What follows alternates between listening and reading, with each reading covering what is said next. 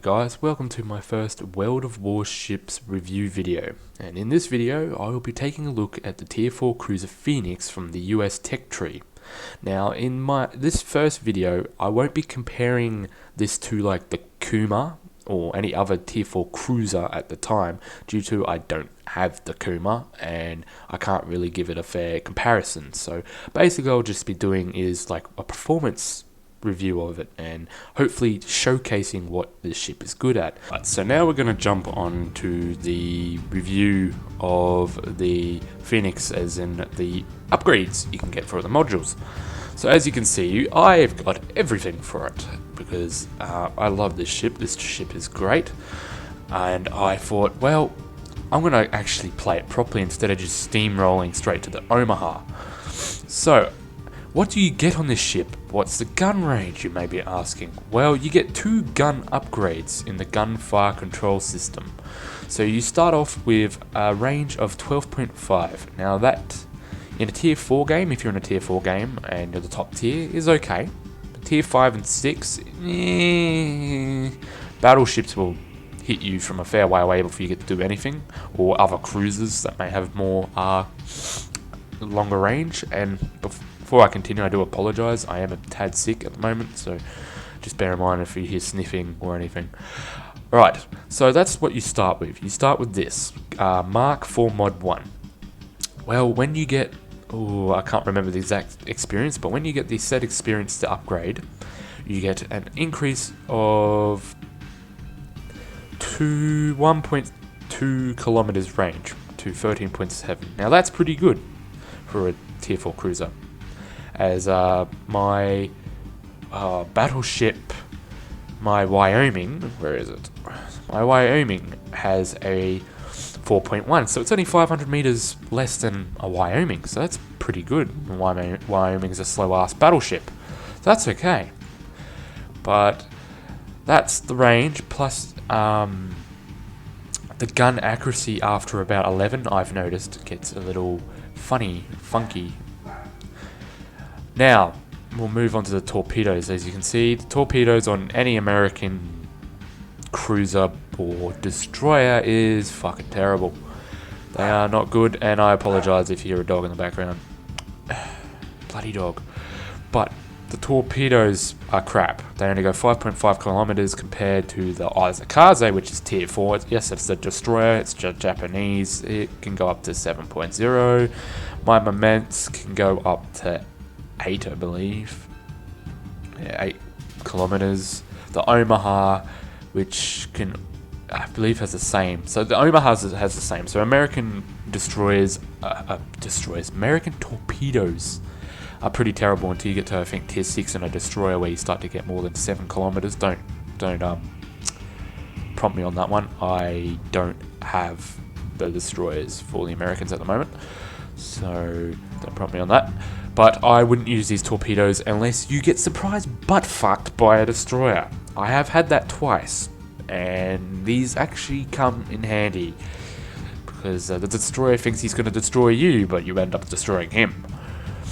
Now we'll move on to the 3 different hulls. So you start off with this hull, which has fucking terrible AA, less torpedoes, less artillery, less survivability. It's basically really bad.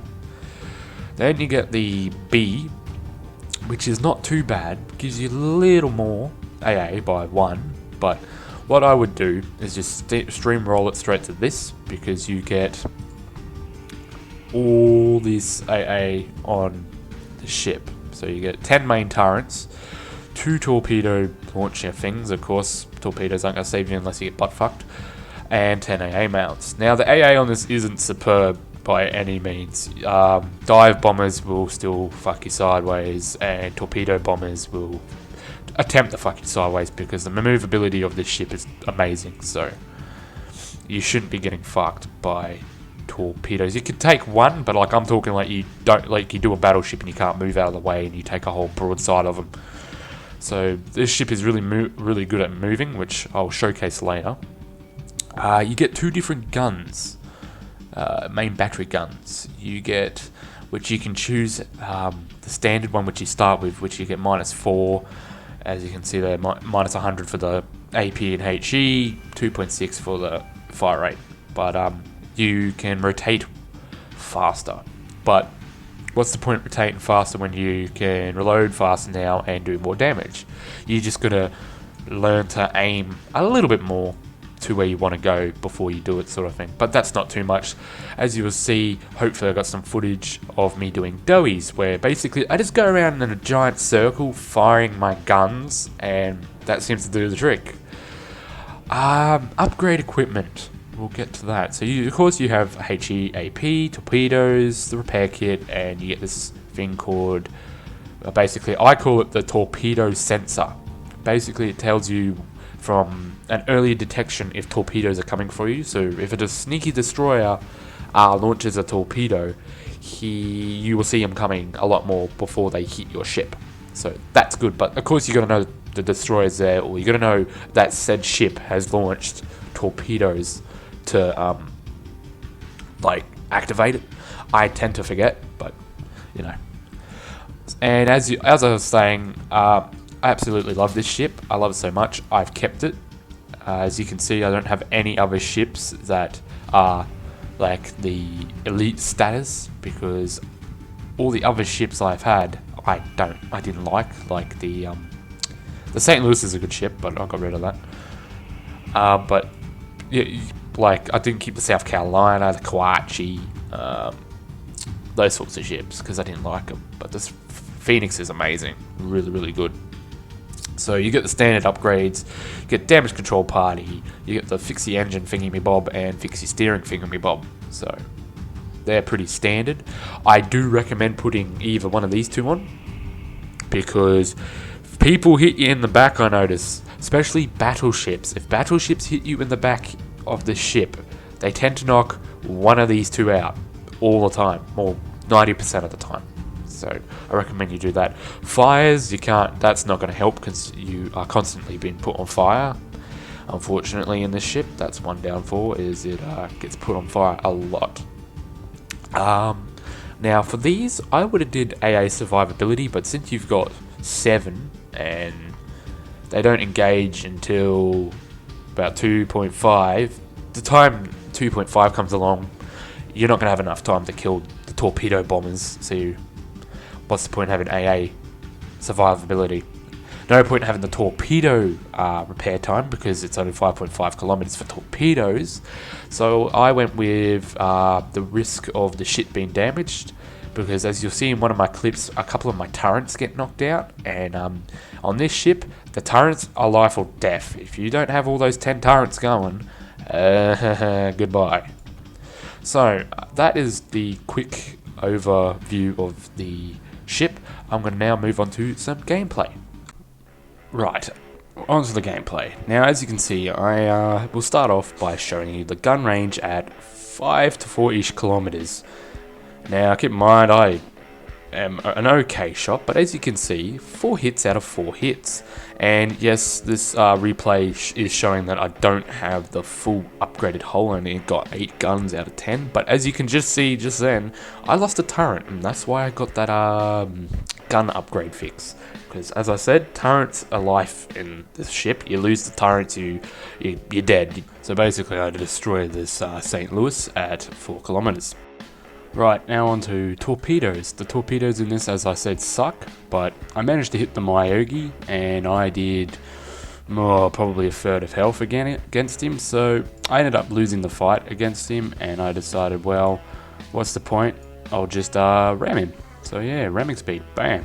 Right, so there's the results for the game, for ramming him and doing 95 hits, not just to him, to other people as well. So I'm going to move on to another footage where I get hit by a torpedo, which does a third of my health because I'm not paying attention. So yep, there you go. I could have moved into that, maybe it would have done less, but you know, whatever. So now I'm moving on to where I start doing the doughies that I said I was doing. So as you can see, I'm pushing Q and I've got it on max, and basically I'm just going around in circles firing my guns. It doesn't work as good as you think it does, because if you're not a good shot like me, well, this tactic isn't exactly the best. As you can see, I am hitting this, I don't even know what that is. I have no idea. It looks like a Kuma? I don't know. But he's fired his torpedoes, but since I'm doing doughies all the time, the torpedoes they're just firing torpedoes at me, and they're all just missing because they can't actually range me. So in this ship, since it's so good at moving around, you can just do this. But of course, I wouldn't do it in front of 4 enemy ships. I have a destroyer, 2 cruisers, and I believe a battleship at the back somewhere where it's not been spotted, and they're just pummeling the shit out of me. As you can see, they knock my guns, torpedoes. They end up killing me. But I just enjoyed doing this, just going around in circles, doing heaps of hits. I know my guns loaded faster than they were turning, but whatever. It was just something to, have fun at and move the ship, see if I could do it, because I haven't done it in any other ship, and yeah. So I ended up coming out of this with that. I did 51 hits, 3 destroys, and before I died, so I found it really, really, really good. So now I'm going to move on to the conclusion.